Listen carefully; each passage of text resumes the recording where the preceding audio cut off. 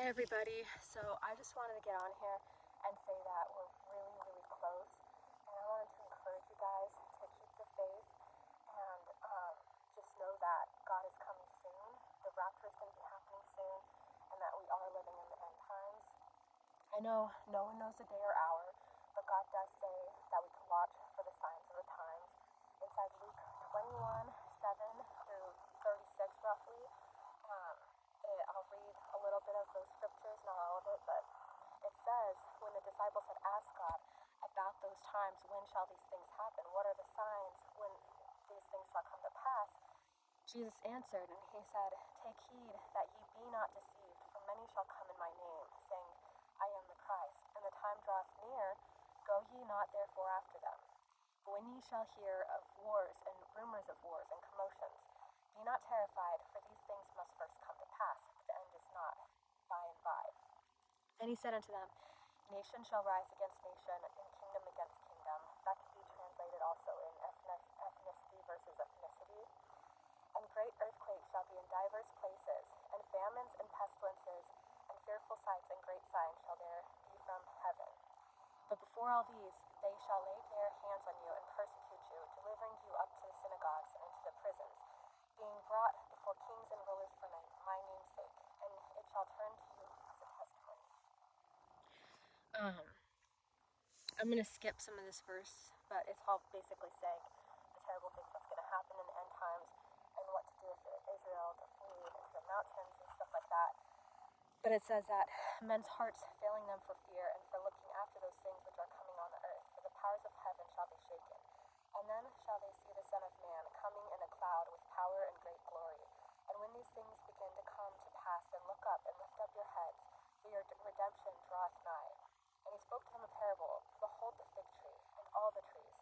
When they now shoot forth, ye see and know of your own selves that summer is now nigh at hand. So likewise ye, when ye see these things come to pass, know ye that the kingdom of God is nigh at hand.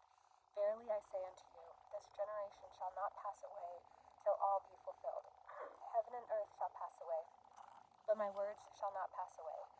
Take heed yourselves, lest any time your hearts be overcharged with surfeiting, and drunkenness, and cares of this life, and so that day come upon you unawares. For as a snare shall it come on all them that dwell on the face of the whole earth.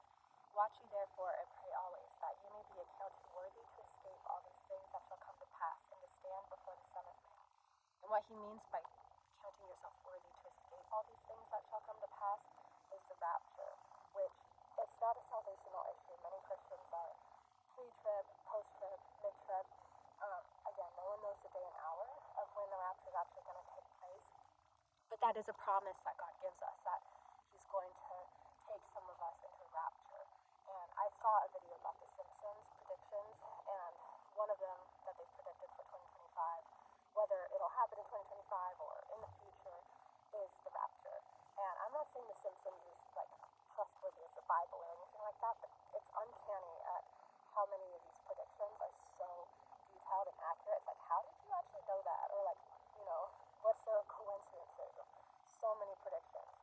And I don't think it's all predictions. I feel like a lot of it is the devil knows the plan. I'm not saying those who write the Simpsons stories, the devil or anything like that. I'm just saying, it's weird. Another thing too is in Revelations 16:12. It says, and the sixth angel poured out his vial upon the great river of the Euphrates, and the water thereof was dried up. That the way of the kings and the east might be prepared. Now this is talking about a lot of other things in Revelations that's going to happen in the future that hasn't happened yet. And if you look, the Euphrates rivers has been drying up. Another interesting thing is the prophecies of the red heifer. Now in Hebrews 9:14, it talks about the red heifer, sacrifices in general. It says in in verse 12, chapter 9, neither by the blood of goats and calves, but by his own blood, taught by Yeshua, he entered in once into the holy place, having obtained eternal redemption for us. For if the blood of bulls and of goats, and of the ashes of an heifer, sprinkling the unclean, sanctifieth to the purifying of the flesh, how much more shall the blood of Christ, who through the eternal Spirit offered himself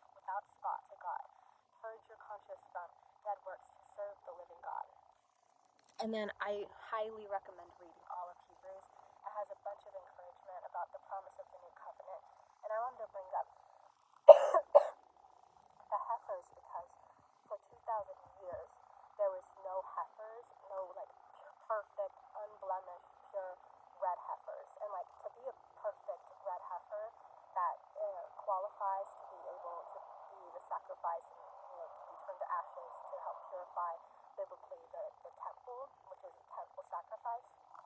You have to be like the heifer has to be 3 to 4 years old. It has to be pure red. The hooves have to be red. If even 2 hairs are colored differently, then it's not a perfect and it would be disqualified. And for 2,000 years, they didn't have any unblemished, free of internal or external impurities or whatever. And, it can't do any physical labor. It can't ever wear a yoke on its back. And they didn't have any of these kind of red heifers for 2,000 years. And even before 2,000 years, during the time where the temple was standing, up until the second temple, when it was destroyed in 70 AD, they only sacrificed 9 red heifers. So the next one that would be sacrificed once they build the third temple, which is another thing that's going to happen around the end. Again, a lot of people are confused about, will the temple be built before the rapture, after the rapture? No one really knows for sure, but that's definitely an end time sign that it's going to be coming close. And a lot of the rabbis actually say that the 10th red heifer is going to be sacrificed when the King Messiah is here. And of course, we already know, or some of us already know, that Jesus, Yeshua HaMashiach, is the Messiah, and he already sacrificed himself. He already came down. And the second coming isn't going to be what they think. They think that the second coming is going to be him being king and Lord over the earth, but that's not going to be exactly how it goes. Either way, now, after 2,000 years, there's actually 5 red heifers that have been qualified as a pure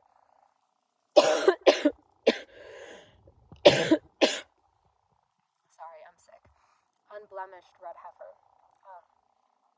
So besides all that, there's a lot of other things that are leading us to believe that the end times is near.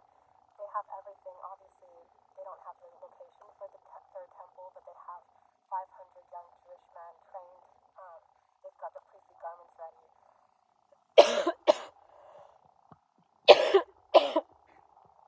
Among a bunch of other things. And if you look in the Bible for all the different signs of the times and what prophecies have been fulfilled, it really is telling us that it's going to be soon. Because the Bible describes the end times as like the signs of the times being kind of like a pregnant woman. The signs are going to become more frequent and stronger the closer and closer you get to it. And I know throughout history you can look back and be like, oh, well, during World War I, they must have for sure thought it was the end times, or World War II, and so on. But again, we're close. We're very close. I really do believe it's going to be in our generation. I'm trying to be present where I am now. I'm here, and you have to focus on the current day-to-day activities. Even the rapture, it says that it's going to be caught on a regular day. Some people will be grinding at the mill. Some people will just be doing their everyday work, and one will be taken, one will be left. So it's not going to be like, oh wow, the whole world is on fire, and everyone is expecting it. People aren't going to expect it, but it's going to happen. All right. I want to leave off with a little bit of encouragement because I don't want to fearmonger. I'm not trying to come on here because I'm freaking out myself or anything like that. I've been wanting to get back on here for a while now, and I just really feel like it's close, so today's the day. I recommend reading all of Hebrews 9, and I'm going to skip into chapter 10 down to 24. It's a section about encourage each other. And let us consider one another to provoke unto love and to good works, not forsaking the assembling of ourselves together, as the manner of some is, but exhorting one another, and so much more, as we see the day approaching, which we see it coming. For if we sin wilfully after that we have received the knowledge of the truth, there remaineth no more sacrifice for sins, but a certain fearful looking for of judgment and fiery indignation, which shall devour the adversaries.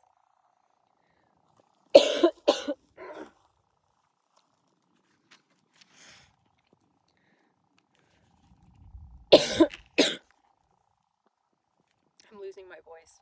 I might have to end it here. I wanted to read more, but I can't even hear myself talking right now because my head is so mush. It feels like there's a hurricane going on in the left side of it, and all I can hear is like throbbing, ringing, and just it feels so clogged. But let me see.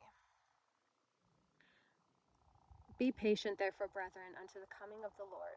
Behold, the husbandman awaiteth for the precious fruit of the earth, and hath long patience for it, until he receive the early and latter rain. But ye also patient, establish your hearts, for the coming of the Lord draweth nigh. Grudge not one against another, brethren, lest ye be condemned. Behold, the judge standeth before the door. Take my brethren the prophets, who have spoken in the name of the Lord, for an example of suffering, affliction, and of patience. Behold, we count them happy which endure. Ye have heard the patience of Job, and have seen the hand of the Lord, that the Lord is very pitiful and of tender mercy. Alright, I'm going to end it there, but